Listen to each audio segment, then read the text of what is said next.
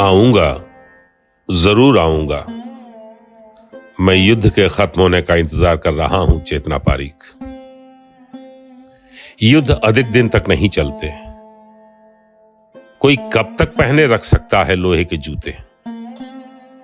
30 अक्टूबर का टिकट है, तब तक बहाल हो जाएगी भारतीय रेल सेवा। तुम्हें याद होगा, हम कलकत्ता की एक ट्राम में मिले थे, जब एक दाढ़ी वाला बिहारी कवि तुम पर फिदा हो गया था। तुम पर कविता लिखकर एक कवि अमर हो गया और तुम मर गई चेतना पारीक। मैं तुम्हें याद करता हूं, तुम्हारी दुर्बल काया को, तुम्हारे चश्मे को, तुम्हारी कविता की कॉपी को और उस कस्बे की धूल को जहां तुम कलकत्ते से चली आई थी। मैं तुम्हें अमर करता हूं चेतना पारीक। तुम उम्र में हमसे बड़ी थी। एक खोया हुआ प्यार, एक न लिया गया चुंबन। कवि हम तब भी उससे बेहतर थे जिसने तुम पर कविता लिखी चेतना पारीक।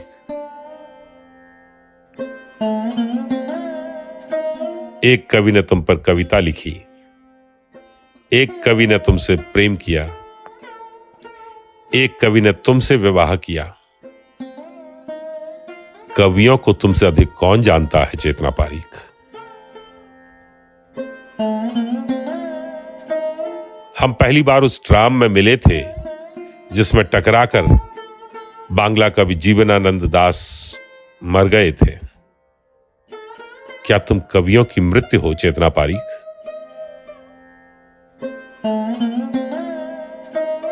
दूनी नहीं चौगुनी है भीड़।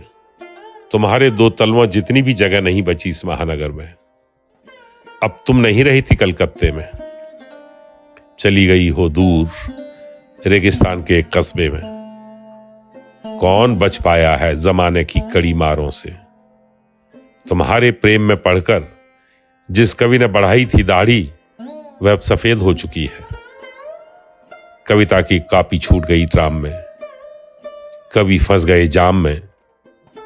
कितना बदल गई हो, अब तुम भी पहले जैसी नहीं रही चेतना पारीक।